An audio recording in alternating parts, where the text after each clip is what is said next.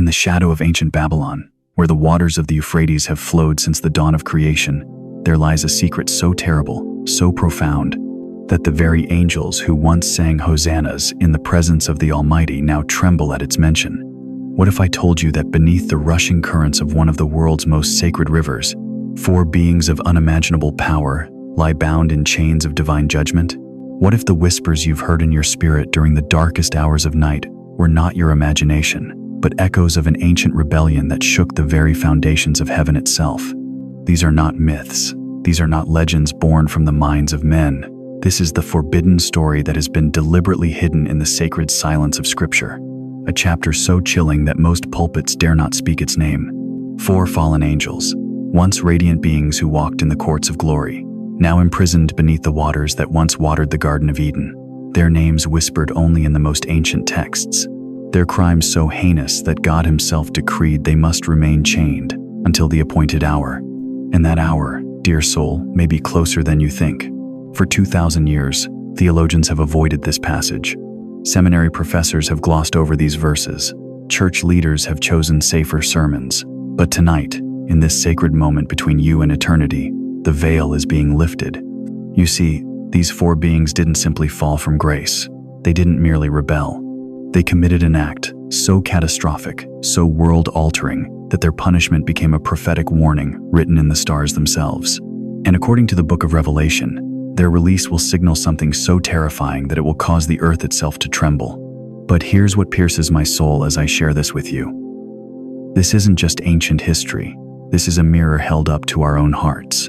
Because the same spirit that led these mighty angels to their downfall is the same force whispering in our world today.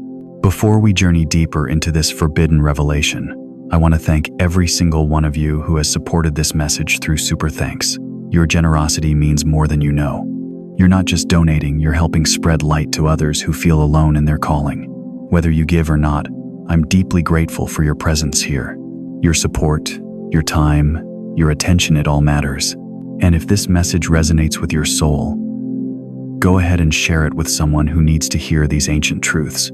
So I ask you this one haunting question that will determine whether you're truly ready for what's coming. When these 4 chained angels are finally released from their watery prison, will you recognize the signs, or will you be among those who mistake their liberation for the dawn of a new age? The answer may save your soul. What if I told you the Euphrates River is not just geography, but prophecy?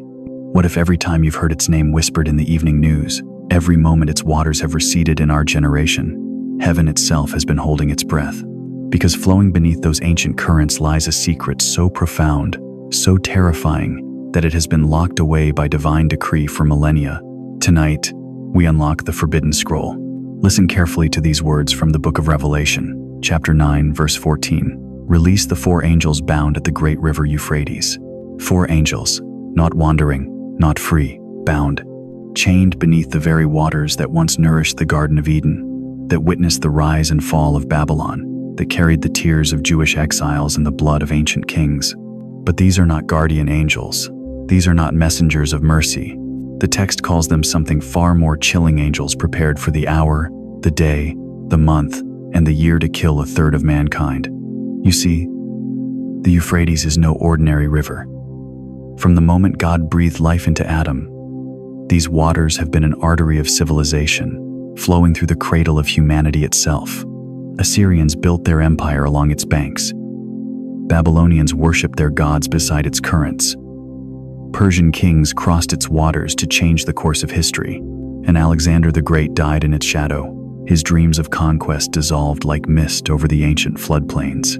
But beneath the surface of this geographical marvel lies something far more sinister: a divine prison, a holding cell for 4 beings so dangerous, so corrupted, that the creator of the universe himself decreed they must remain bound until the appointed time.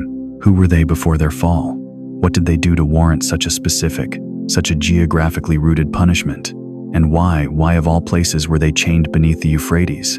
The ancient Hebrew sages whispered that certain angels, once radiant beyond description, once trusted with authority that spanned the cosmos, chose rebellion over reverence. They didn't simply fall from grace, they plummeted into an abyss of corruption so deep that their very existence became a threat to creation itself. The Book of Enoch, though not canonical, paints a haunting picture of beings called Watchers angels sent to observe humanity, who instead became its corruptors. They taught forbidden knowledge. They broke sacred boundaries. They unleashed chaos that nearly destroyed the world before the flood. Could these four-bound angels be among those ancient rebels? Could they be the architects of humanity's darkest chapters, now restrained until the final act of God's cosmic drama? Consider this.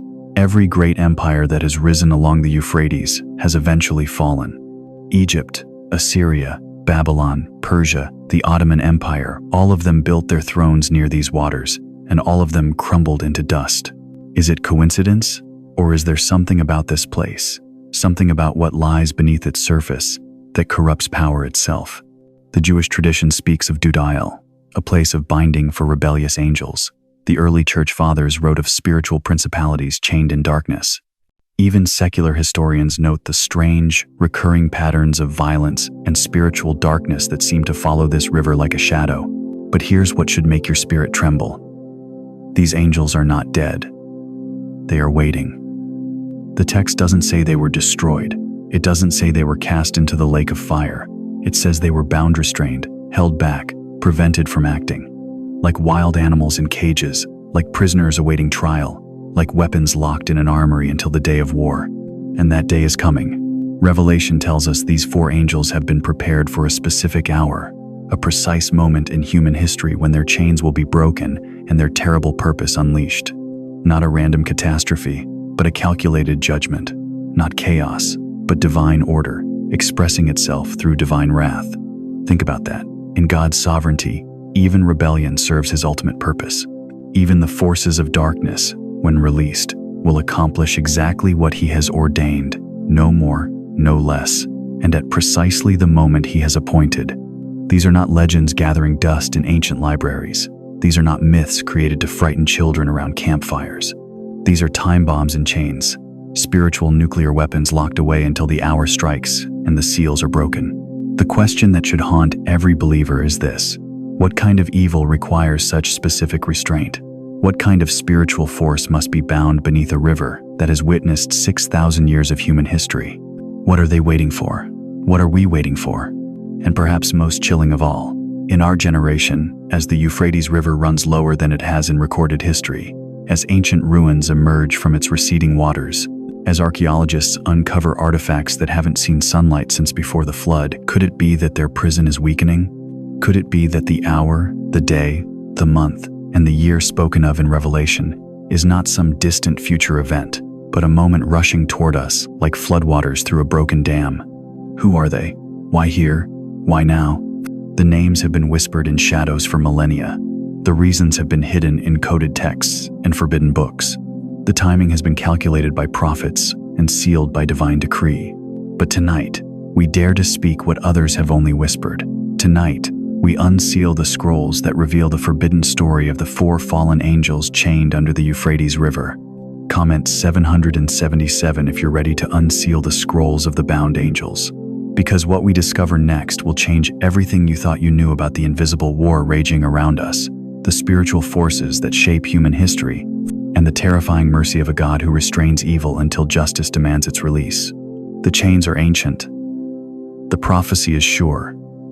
And the hour may be closer than we dare imagine. Close your eyes for a moment and try to imagine something your human mind was never designed to comprehend.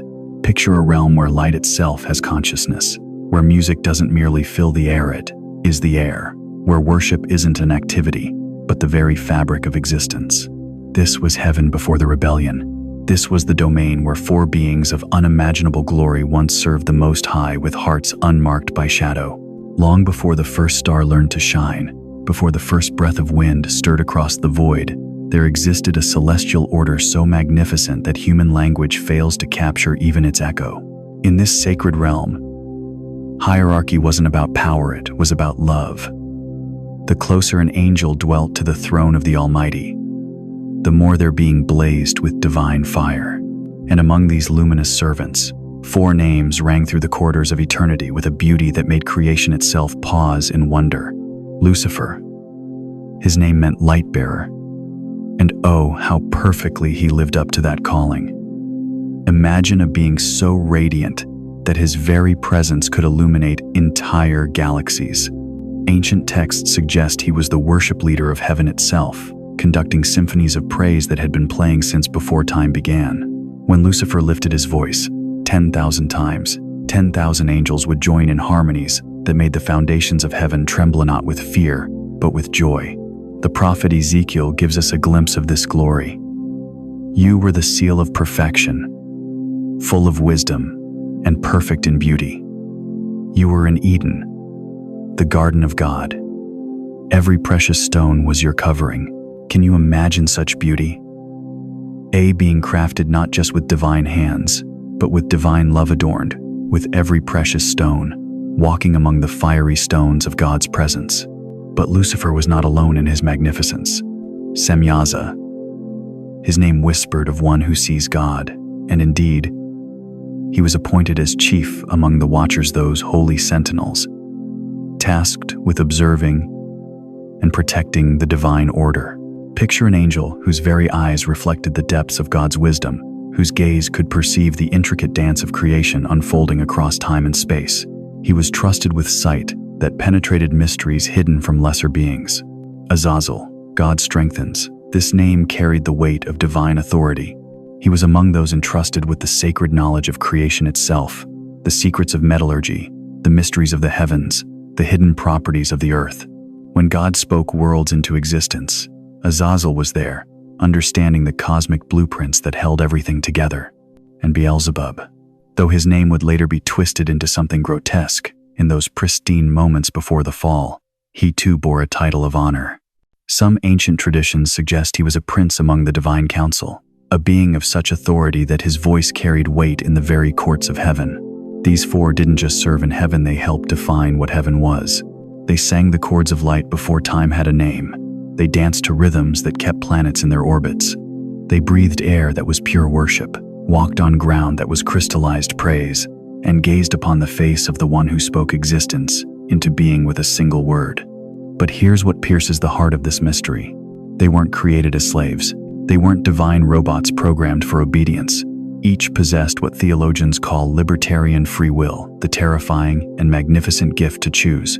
God, in his infinite love, created beings capable of genuine relationship, authentic worship, real love, and real love, by its very nature, must be freely given. The Ancient of Days could have created angels who had no choice but to serve him. Instead, he chose to create beings who could look into his face and say yes from the depths of their being. In an act of cosmic tragedy, say no. Think about this for a moment. Every note of praise these four angels offered was chosen. Every moment of service was freely given. Every act of worship emerged from hearts that could have rebelled, but instead chose devotion. This made their worship infinitely more precious than the mechanical obedience of created automata. The book of Job gives us a glimpse of this divine counsel in action. Where were you when I laid the foundation of the earth? When the morning stars sang together and all the sons of God shouted for joy? Can you hear it? That moment when creation erupted into existence and the angelic host erupted into celebration? Lucifer's voice, leading the cosmic choir. Semyaza's eyes drinking in the majesty of divine artistry. Azazel marveling at the intricate systems God was weaving into reality. Beelzebub joining his voice to the thunderous acclamation that shook the heavens with joy. They were there. They saw it all. They knew, better than any created being, exactly who God was and what he was capable of. Before they were demons, they were trusted with heaven's secrets. They knew the sound of God's laughter. They had witnessed his tender moments of creation, watching him breathe life into Adam's nostrils with the gentle care of a father. They had seen the tears in his eyes when he declared that it was not good for man to be alone. They understood the passionate love that drove the Almighty to create beings in his own image, which makes what happened next all the more incomprehensible. But how does glory fall into darkness? How does perfect knowledge become perfect rebellion? How do beings who have seen the face of love itself choose to turn away? The answer to that question lies not in the stars, but in the human heart. Because the same choice that faced these four luminous beings faces each of us every day. The same freedom that allowed them to worship or rebel is the freedom that allows us to draw near to God or turn away. And perhaps that's why their story was preserved in the sacred texts, not just as history, but as warning, not just as prophecy, but as mirror. Have you ever trusted someone who later betrayed the light? Have you ever watched someone you loved choose darkness over illumination? Have you ever wondered how beings who walked so close to perfection could stumble so catastrophically? Share your thoughts below, because this story isn't just about 4 fallen angels. It's about the mystery of choice, the reality of rebellion, and the devastating beauty of free will itself. But we're only beginning to understand the depth of this cosmic tragedy, because what these 4 angels chose to do with their freedom would shake not just heaven, but earth itself. And the consequences are still unfolding today. There comes a moment in every great tragedy when time itself seems to hold its breath, when the unthinkable becomes inevitable, when the sacred becomes profane. And in the courts of heaven, where light had reigned unchallenged since before the foundation of the world, that moment arrived like thunder in a cloudless sky. Picture, if you will, the celestial realm before the fall, angels moving in perfect harmony, their voices rising in worship so pure that creation itself trembled with joy. Among them stood 4 beings whose radiance outshone the morning stars, whose wisdom exceeded the depths of the sea, whose power could reshape galaxies with a whisper. They were the crown jewels of God's creation, entrusted with authority that mortals could scarcely comprehend. But in the heart of the most beautiful, the most gifted, the most trusted, a shadow began to grow, the first crack in paradise. It began with Lucifer, whose very name meant light-bearer. Scripture tells us he was the seal of perfection, full of wisdom and perfect in beauty. He walked among the fiery stones in Eden, the mountain of God, covered with every precious stone. But somewhere in the chambers of his heart, a question formed that had never been asked before. Why should I serve when I could rule? Listen to the words that Isaiah captured, words that echo through eternity like a death knell. I will ascend into heaven. I will exalt my throne above the stars of God. I will sit also upon the mount of the congregation, in the sides of the north. I will ascend above the heights of the clouds. I will be like the Most High. 5 times Lucifer declared, I will. 5 proclamations of rebellion that would shatter the very foundations of creation. Each I will was a sword thrust into the heart of divine order. Each declaration was a step away from light and toward an abyss that had never existed before. Heaven wept, the stars dimmed, the sanctuary cracked, the descent of the watchers. But Lucifer's rebellion was only the beginning. As his influence spread like a spiritual plague through the heavenly realm, others began to question, to doubt, to desire what was forbidden. Among these was Semyaza, whose name meant he who sees God. Leading a company of angels, known as the Watchers, he had been appointed to observe and guide humanity from afar. But observation turned to fascination. Fascination turned to desire, and desire turned to transgression. The Book of Enoch, though apocryphal, preserves an ancient memory of this moment of cosmic betrayal. 200 angels, led by Semyaza, descended to Mount Hermon. The very name of this mountain would become synonymous with cursing, for it was there that they swore an oath that would damn them all. They looked upon the daughters of men and found them beautiful. They abandoned their heavenly estate for earthly passion, crossing a boundary that God had established since the beginning. Can you imagine the moment when beings of pure spirit chose flesh over heaven? When creatures designed for eternal worship chose temporary pleasure? The earth itself groaned under the weight of this cosmic violation. What should have been impossible became reality, and the consequences would echo through every generation of humanity. The corruption of sacred knowledge. Then came Azazel, whose name some translate as God strengthens. But the strength God had given him became the very instrument of humanity's corruption. Where Lucifer brought pride and Semyaza brought lust, Azazel brought something far more insidious, forbidden knowledge. He taught men to forge weapons of war, turning the metals of the earth into instruments of death. He revealed to women the arts of beautification, not to honor their creator, but to seduce and manipulate. The sacred arts that heaven had reserved for proper times and seasons, Azazel scattered like seeds in cursed ground. Imagine the first sword being forged, its metal gleaming with deadly promise. Picture the first war paint applied not to celebrate God's beauty, but to mask truth with deception. These weren't merely technological advances, they were spiritual catastrophes. Knowledge without wisdom, power without righteousness, beauty without holiness. The Book of Enoch records God's judgment upon Azazel with chilling clarity. The whole earth has been corrupted through the works that were taught by Azazel. To him ascribe all sin, all sin. Can you fathom the weight of such an accusation? That one angel's rebellion could become the root from which all human wickedness would grow. The Lord of Decay. And finally, there was Beelzebub, whose very name would become synonymous with corruption and spiritual death. Once a being of light and order, he became the Prince of Chaos, the Lord of Flies, the Master of Decay, where the others brought specific corruptions, pride, lust, forbidden knowledge. Beelzebub brought something far more pervasive, the spirit of spiritual rot. In the ancient world, he was worshipped by the Philistines as a god who could both send and cure plagues, but this was no divine power, it was the manipulation of corruption itself.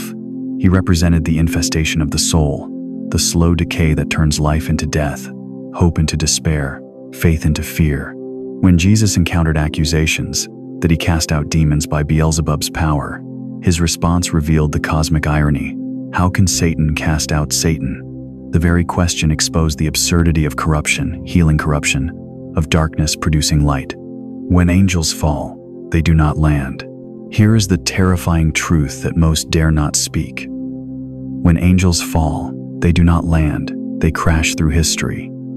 Their rebellion didn't remain confined to the spiritual realm. It shattered into our world like meteors of malice, each impact creating craters of corruption that we still navigate today.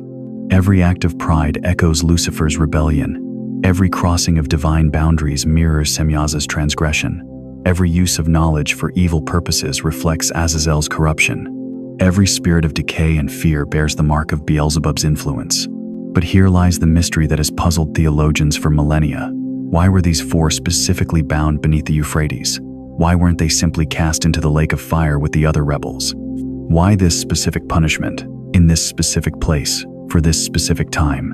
The answer, dear soul, lies not just in what they did, but in what they were yet destined to do. Their binding was not merely punishment, it was prophetic preparation. God, in his infinite wisdom, foresaw a moment in history when their release would serve his ultimate purpose. The Euphrates, you see, is no ordinary river. It was one of the four rivers that flowed from Eden. It marked the boundary of the promised land. It was the river by which God's people wept in Babylon. And according to Revelation, it is the river that will one day be dried up to prepare the way for the kings of the East. These four fallen angels weren't just bound, they were positioned, not for their benefit, but for God's glory. Their release will not be an escape, it will be an appointment, a divine appointment with judgment that has been scheduled since before the foundation of the world. The rebellion that began in heaven's courts will find its conclusion in earth's final hour. The pride that corrupted paradise will be exposed in its fullest horror. And when that day comes, every soul will have to choose. Will you stand with the rebellion, or will you kneel before the King? As we prepare to uncover the location of their prison and the signs of their coming release, ask yourself this question. If beings who once walked in perfect light could fall so far, what does that say about the choices you and I make every single day? Type, "I'm watching" in the comments if you feel the weight of this revelation already settling upon your spirit, because what we're about to discover next will reveal not just where these angels are bound, but why their prison is beginning to crack. The Euphrates is calling, and its ancient secrets are about to be unveiled. But here is where the story takes a turn that will shake you to your very core.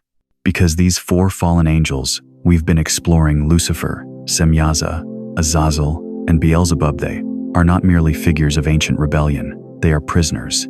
And their prison is not some distant, ethereal realm beyond the stars. Their prison flows through the heart of modern-day Iraq. Their chains rest beneath waters that have witnessed the rise and fall of empires. And according to the book of Revelation, their release is not a matter of if, but when. Turn with me to Revelation chapter 9, verses 14 and 15. Here, in the midst of John's apocalyptic vision, we encounter perhaps the most chilling passage in all of Scripture. Release the four angels who are bound at the great river, Euphrates. So the four angels, who had been prepared for the hour and day and month and year, were released to kill a third of mankind. Four angels, bound, at the Euphrates, prepared for a specific moment in prophetic time. This is not metaphor. This is not symbol. This is divine revelation speaking with surgical precision about beings whose names have echoed through the corridors of history, whose influence has shaped the destiny of nations, and whose release will herald the beginning of the end. But why there? Why the Euphrates? And why these four in particular? To understand the profound significance of this watery prison, we must journey back to the very beginning, to a time when the Euphrates was not a boundary between nations, but a river in paradise itself. Genesis chapter 2 tells us that a river flowed out of Eden to water the garden, and from there it divided into four headwaters. The second of these rivers was the Euphrates, the same Euphrates that now holds these fallen princes in chains. Think about that for a moment. The very waters that once nourished the tree of life now serve as a prison for those who sought to corrupt life itself. The river that watered paradise has become the keeper of judgment. Is this not the poetry of divine justice? That where innocence was lost, rebellion would be restrained. The ancient book of Enoch, that mysterious text cherished by early Christians and referenced even by the Apostle Jude, provides us with haunting details about these watchers and their punishment. It tells us that after their corruption of humanity in the days before the flood, these angels were bound in the valleys of the earth until the day of judgment. But Enoch goes further, describing how they were cast into prison beneath the waters, where they would remain until the appointed time of their release. Jewish tradition has long held that certain fallen angels were not cast into the lake of fire with the others, but were reserved for a specific purpose, to serve as instruments of God's final judgment upon a rebellious world. These are not demons wandering freely through the earth. These are principalities and powers held in check by divine decree, waiting for their moment to fulfill prophecy. The Euphrates itself carries a weight of biblical significance that cannot be ignored. This is the river that marked the eastern boundary of the Promised Land. This is the river where Babylon rose in all its pride and fell in all its shame. This is the river that has witnessed the rise of Nimrod, the conquests of Nebuchadnezzar, the edicts of Cyrus, and the march of Alexander. But beneath its muddy waters, something far more ancient stirs, something that predates every empire, every king, every human ambition that has ever risen from its banks. Consider the geography of judgment. Why would God choose this specific location? The Euphrates is not just any river, it is the lifeline of Mesopotamia, the cradle of civilization, the birthplace of human rebellion against divine order. It was here that the Tower of Babel reached toward heaven in defiance. It was here that the first cities were built by those who bore the mark of Cain. It was here that humanity first sought to make a name for itself apart from the name of the Lord. And so it is here, in this nexus of human pride and divine patience, that God has chosen to station his instruments of final judgment. The Euphrates does not just carry water, it carries the weight of human history. It carries the memory of paradise lost. And now, it carries the chains of those who will one day be released to bring that history to its appointed end. The prophet Daniel, standing by this very river in his old age, received visions so overwhelming that he fell on his face before the messenger of God. Was it mere coincidence that these revelations came beside the waters that hold such prisoners? Or was Daniel feeling the spiritual weight of what lay beneath those ancient currents? Even now, as geopolitical tensions swirl around this region, as nations position themselves for conflict in the very lands where Eden once bloomed, we must ask ourselves, are we witnessing the preliminary movements of ancient forces stirring in their watery chains?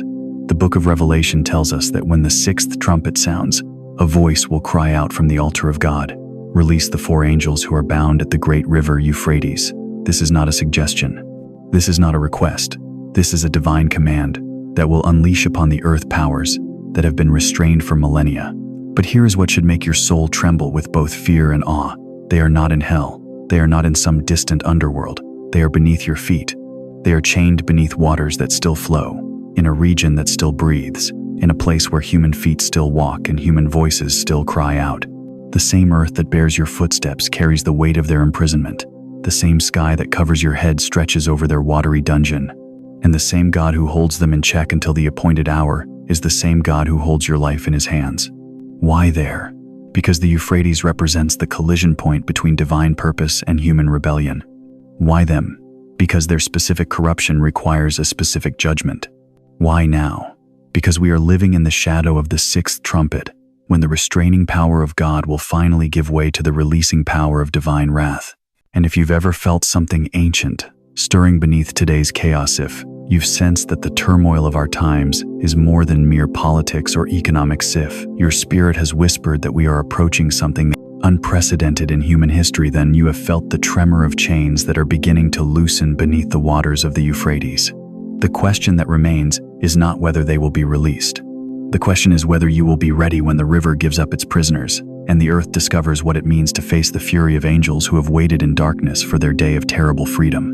Like this video if you've ever felt something ancient stirring beneath today's chaos. Because what's coming will make every headline pale in comparison to the headlines written in heaven's court before time began. The chains that bound the watchers beneath the Euphrates were forged not just for their rebellion, but for what they birthed upon the earth. Because what these fallen angels left behind was far more terrifying than their fall from grace.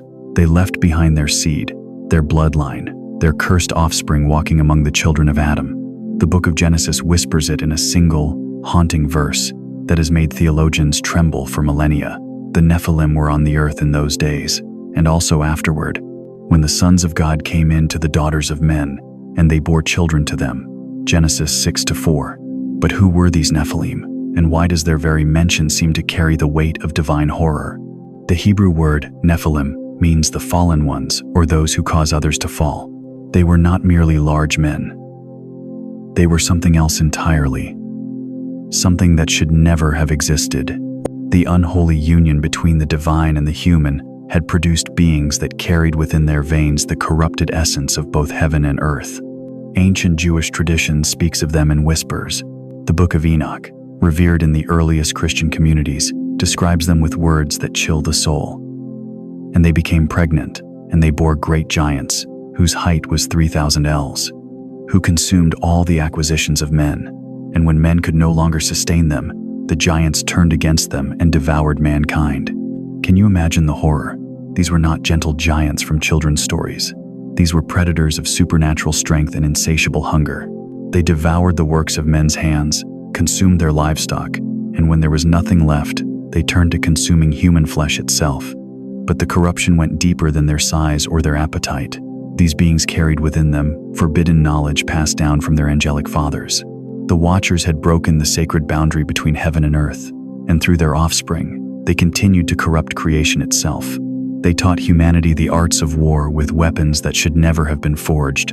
They revealed the secrets of sorcery and enchantment that were never meant for mortal minds. They showed women the vanities of makeup and jewelry that turned beauty into a snare. They unveiled the movements of the stars in ways that led to astrology and divination rather than wonder at God's creation. Every gift from heaven was twisted into a curse upon the earth. The Book of Jubilees records the devastating impact. And lawlessness increased on the earth, and all flesh corrupted its way, alike men and cattle and beasts and birds and everything that walks on the earth. This wasn't just moral corruption, this was genetic corruption. The very DNA of creation was being polluted by the presence of these hybrid beings. And God saw it all. Genesis 6-5 gives us one of the most heartbreaking verses in all of Scripture. The Lord saw that the wickedness of man was great in the earth, and that every intention of the thoughts of his heart was only evil continually. But here's what most miss in that passage.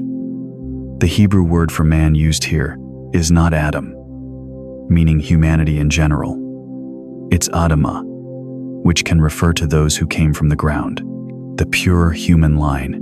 Even the children of Adam were being corrupted by the presence of the Nephilim.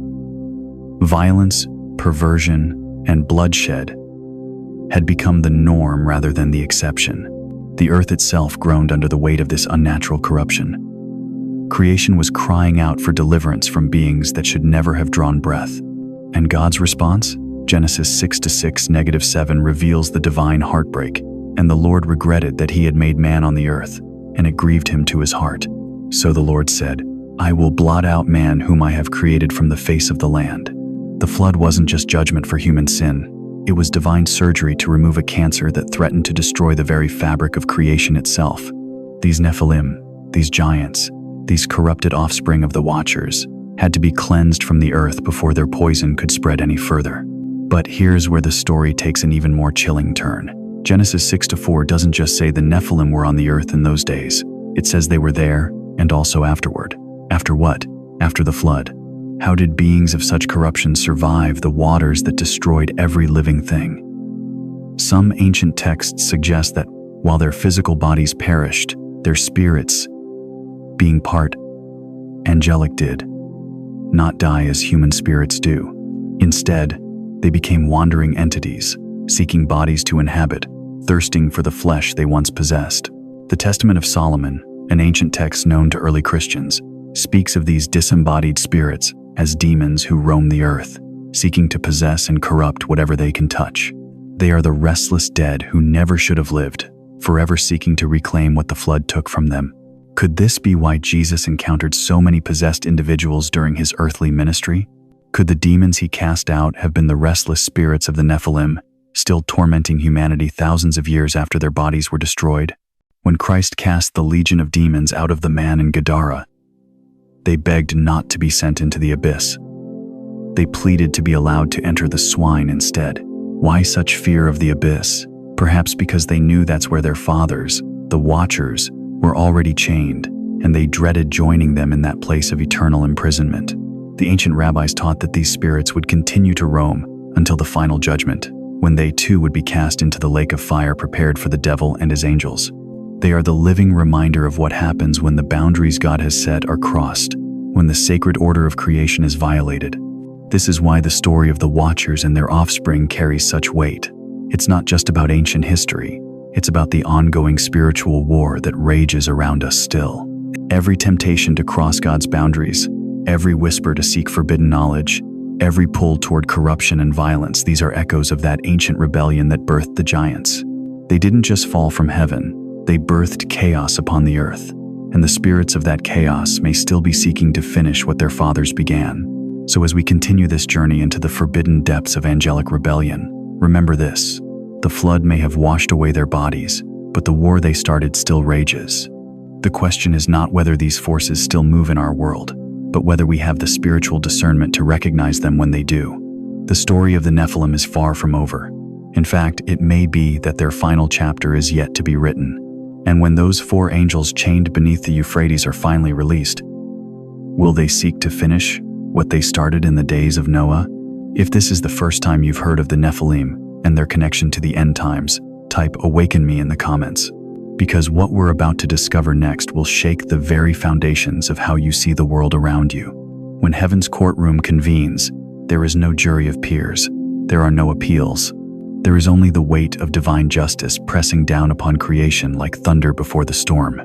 In the aftermath of corruption so profound that it threatened to unravel the very fabric of creation, God did not hesitate. He did not deliberate. He acted with the swift precision of divine judgment that echoes through eternity. The Watchers who had descended from their holy posts, the angels who had defiled themselves with the daughters of men, who had taught forbidden knowledge and birthed the Nephilim giants, their fate was sealed not by human courts, but by the throne room of the Almighty. The Book of Enoch reveals the chilling details of this celestial judgment. God commanded the archangel Raphael, whose very name means God heals, to become an instrument of divine justice. But this was not healing through comfort. This was healing through amputation, cutting away the infected limb before the corruption could spread further. Bind Azazel hand and foot. Came the divine decree, and cast him into the darkness. Make a hole in the desert, which is in Dudael, and cast him therein. Place upon him rough and jagged rocks, and cover him with darkness, and let him abide there forever, and cover his face that he may not see light. Can you imagine the terror in that moment? Azazel, who had once stood in the presence of God, who had once been clothed in celestial glory, now found himself seized by the very archangel whose commission was to heal creation by removing its poison. The rough stones of Dudael became his prison, darkness his companion, and silence his eternal sentence. But Azazel was not alone in his judgment. Semyaza, the leader of the Watchers, the one whose name meant he who sees God, would see no more. Along with his fellow conspirators 100 angels who had sworn the unholy oath upon Mount Hermon, they were bound beneath the earth, chained in the valleys of the earth until the great day of judgment. This was not mere punishment. This was divine protection. You see, when we read these ancient accounts, we must understand that God's justice serves a dual purpose. Yes, it punishes rebellion, but more importantly, it protects the innocent. The same hand that binds the destroyer also shields the defenseless. The same voice that pronounces judgment also proclaims mercy for those who walk in righteousness. The Apostle Peter, writing under the inspiration of the Holy Spirit, confirmed this ancient truth. For if God did not spare angels when they sinned, but cast them into hell and delivered them into chains of darkness, to be reserved for judgment, then the Lord knows how to deliver the godly out of temptations, and to reserve the unjust under punishment for the day of judgment. Do you hear the balance in those words? The same God who chains the rebellious is the same God who delivers the faithful. The divine hand that judges is the same hand that protects. This is not the arbitrary wrath of a tyrant. This is the measured justice of a righteous judge who will not allow evil to triumph unchecked. But here's what pierces the heart of this mystery. Even in the depths of divine judgment, we see the fingerprints of mercy. Jude, the half-brother of Jesus, writing with the authority of one who knew the Messiah personally, tells us that these fallen angels are reserved in everlasting chains under darkness for the judgment of the great day. Reserved, not destroyed, not annihilated, reserved. Even in their rebellion, even in their corruption, even in their defiance of the Most High, they are held in chains until a day appointed by divine wisdom. What kind of God preserves even the rebellious for a purpose we cannot yet fully comprehend? This is the mystery that should cause us to tremble not in fear, but in awe. We serve a God whose justice is so perfect, so measured, so precisely calibrated to the requirements of righteousness, that even the punishment of angels serves his greater purpose. The chains that bind these fallen watchers beneath the earth are not just restraints, they are protection for humanity. Every day that passes, every breath you take, every moment of peace you experience is possible because God has already dealt with the forces that would otherwise consume creation. The giants are gone. The corruptors of divine knowledge are silenced. The seducers of human innocence are bound. And yet, the Euphrates still flows. The ancient prison still holds its captives.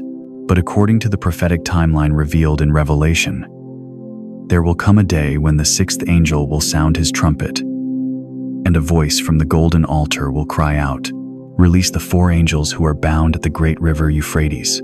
What does this mean? What will happen when the divine restraint is lifted? When the chains that have held these rebellious powers for millennia are finally broken? Not even angels escape the courtroom of heaven, but the day of their release is also the day of their final reckoning. The same justice that bound them will judge them. The same righteousness that chained them will condemn them. And the same mercy that preserved them will be offered one final time to a world that must choose between the kingdom of light and the dominion of darkness. But what happens when their time comes due? The clock of eternity ticks forward with divine precision. Every prophecy finds its fulfillment. Every word spoken by the Almighty comes to pass. And somewhere, in the depths beneath the flowing waters of the Euphrates, 4 beings of terrible power count down the moments until their appointed hour.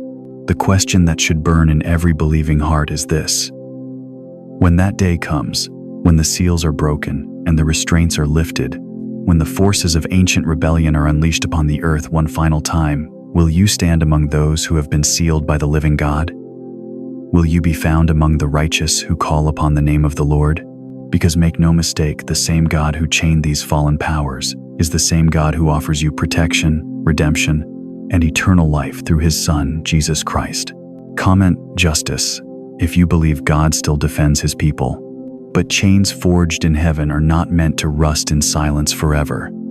They are counting down to an appointed hour, measured not in minutes or seasons, but in the very heartbeat of eternity itself. Listen carefully to what the Apostle John witnessed on the Isle of Patmos, when the veil between time and prophecy was torn open before his eyes. In Revelation 9:15, he writes with trembling hand, "So the 4 angels, who had been prepared for the hour and day and month and year, were released." Did you catch the precision of those words? Not prepared for an hour, but for the hour. Not any day, but the day. Not any month, but the month. Not any year, but the year. This is divine chronology at its most terrifying cosmic countdown that began the moment those chains were first forged beneath the Euphrates waters. The angels bound in that ancient riverbed are not waiting for permission. They are waiting for prophecy to catch up with promise. They are waiting for God's appointed time to synchronize with human rebellion. They are waiting for that moment when mankind's heart grows so cold, so defiant, that heaven itself says, "Enough." And here's what should make your spirit tremble. we may be living in the shadow of that very hour. For nearly 2,000 years, the Euphrates River has flowed over those chains like a liquid prison. But something is happening in our generation that has never happened before in recorded history. The river is drying up. Not slowly, not gradually, but at an alarming pace that has caught the attention of hydrologists, government officials, and those who watch for signs. Revelation 16:12 speaks of this very phenomenon. The sixth angel poured out his bowl on the great river Euphrates, and its water was dried up to prepare the way for the kings from the east. Could it be that we're not just witnessing climate change or political water wars, but the literal fulfillment of end times prophecy? Could it be that as the waters recede, something far more ominous is being revealed? The drought that began as headlines about irrigation disputes may be heaven's way of saying, the hour is at hand. But their release will not announce itself with earthquakes or trumpets. It will whisper through the corridors of human consciousness like a virus of the soul. When these four ancient rebels are loosed, the world will not immediately recognize their influence. Instead, it will feel like enlightenment. It will masquerade as progress. It will come disguised as the very thing humanity has been searching for: power without accountability, knowledge without wisdom, freedom without consequence. Think about the spiritual climate of our world today. Have you noticed how quickly what was once called evil is now celebrated as good? How swiftly what was once honored as sacred is now mocked as primitive? How rapidly what was once whispered in darkness is now proclaimed from digital rooftops? This is not mere cultural shift. This is spiritual preparation. This is the soil being tilled for a harvest of deception so profound that Jesus himself warned, if possible, even the elect would be deceived. The four angels chained beneath the Euphrates each represent a different face of rebellion: Lucifer's pride, Azazel's corruption of divine gifts, Semyaza's violation of sacred boundaries, and Beelzebub's mastery of spiritual decay. When their hour comes, their influence will not be limited to one nation or one people. It will sweep across the earth like a spiritual pandemic, infecting hearts that have grown cold to the voice of God. But here's the pattern you must understand. Every great deception in history has been preceded by a generation that stopped watching. Every spiritual catastrophe has been ushered in by believers who grew comfortable, complacent, convinced that surely God's judgment was still generations away. Noah's generation laughed at the thought of a flood until the skies split open. Lot's neighbors mocked the warnings of divine fire until sulfur rained from heaven. The religious leaders of Jesus' day studied prophecy meticulously, yet missed the Messiah standing right in front of them. And now, in our day, as ancient rivers dry up and spiritual darkness masquerades as light, are we making the same fatal mistake? When those chains finally snap and, Scripture assures us, they will, the sound will not echo through the earth like thunder. It will whisper through human hearts like the most reasonable thought you've ever had. The release of these four will feel like humanity finally coming of age, finally throwing off the shackles of outdated morality, finally embracing the divinity that religion has supposedly kept hidden. But here's what the enemy doesn't want you to know. Their release is not a sign of his victory. It's actually a sign that we're approaching the final act of God's redemptive plan. Their temporary freedom will be the prelude to their eternal defeat. Their last rebellion will herald the return of the King who conquered them all at Calvary. The question that haunts the corridors of heaven is not whether this hour will come. Scripture has already settled that. The question is whether there will be a generation awake enough to recognize it when it arrives. Will there be watchmen on the walls when the darkness finally shows its true face? Will there be those who have trained their spiritual ears to hear the difference between the voice of the shepherd and the whisper of wolves? When chains break, sirens won't be loud enough to warn those who have chosen deafness. When ancient rebellions resume their march, no earthly alarm will pierce the hearts of those who have grown comfortable in spiritual slumber. Are we near that hour? Look around you. Listen to the spiritual temperature of our time. Feel the pull toward darkness disguised as enlightenment. The angels bound beneath the Euphrates are not waiting for permission. They are waiting for prophecy. And prophecy, dear soul, has never been late. The appointed hour approaches on silent wings. The question is, will you be awake when it arrives? Type "Watchmen" in the comments if you're committed to staying spiritually awake in this generation, because the time for spiritual sleep may be running out faster than we think. The chains beneath the Euphrates are not just restraining four fallen angels. They are holding back a flood of spiritual warfare that has already spilled into your world, into your life, into the very chambers of your heart. What began as rebellion in the courts of heaven has become the daily battle for your soul. Listen to the words of the Apostle Paul, written not as theology, but as a war briefing. For we wrestle not against flesh and blood, but against principalities, against powers, against the rulers of the darkness of this world, against spiritual wickedness in high places. Ephesians 6:12. Paul wasn't speaking metaphorically. He was revealing the invisible battlefield that surrounds you every moment of every day. The same spirits that once stood in the presence of God and chose rebellion are now prowling through the corridors of human existence, seeking whom they may devour. You think your struggles are merely personal? Your battles merely psychological? Your temptations merely human weakness? You are mistaken. Every whisper of pride that tells you to exalt yourself above others, that is the echo of Lucifer's ancient rebellion. Every pull toward forbidden knowledge, every desire to grasp what God has not given, that is Azazel's corruption seeping through the cracks of your resolve. Every lustful thought that seeks to defile what is pure, that is Semyaza's influence, still teaching humanity to cross boundaries never meant to be crossed. Every fear, every plague of anxiety, every spiritual sickness that rots the soul, that is Beelzebub's dominion, spreading like flies over the decay of compromised faith. But here's what the enemy does not want you to understand. You were not born to be his victim. You were born to be his conqueror. The moment you drew your first breath, you entered a cosmic war zone. Not by accident, not by misfortune, by divine appointment. God did not place you in this generation, in this time, in this spiritual climate by chance. You are here because heaven needs warriors who understand the hour and the enemy. Look around you. Do you see the spiritual decay accelerating, the confusion multiplying, the darkness growing bolder? These are not random events. They are the labor pains of a world preparing for something that will shake the very foundations of reality. And in the midst of this spiritual hurricane, you have been called to stand. But how do you fight an enemy you cannot see? How do you battle principalities that have no flesh to wound? How do you resist powers that have been perfecting their craft of deception for millennia? The answer lies not in your strength, but in your surrender. Conclusion. The silence before the storm. And so the ancient scroll closes. But not on the story. Only on this chapter. For what was written in the courts of heaven continues to unfold in the corridors of time, and what began with rebellion will end with restoration. We have journeyed together through the forbidden archives of eternity, where the names of 4 fallen angels echo like thunder in a cavern. Lucifer, the light bearer who chose darkness. Semyaza, the watcher who became the watched. Azazel, the teacher who corrupted his gifts.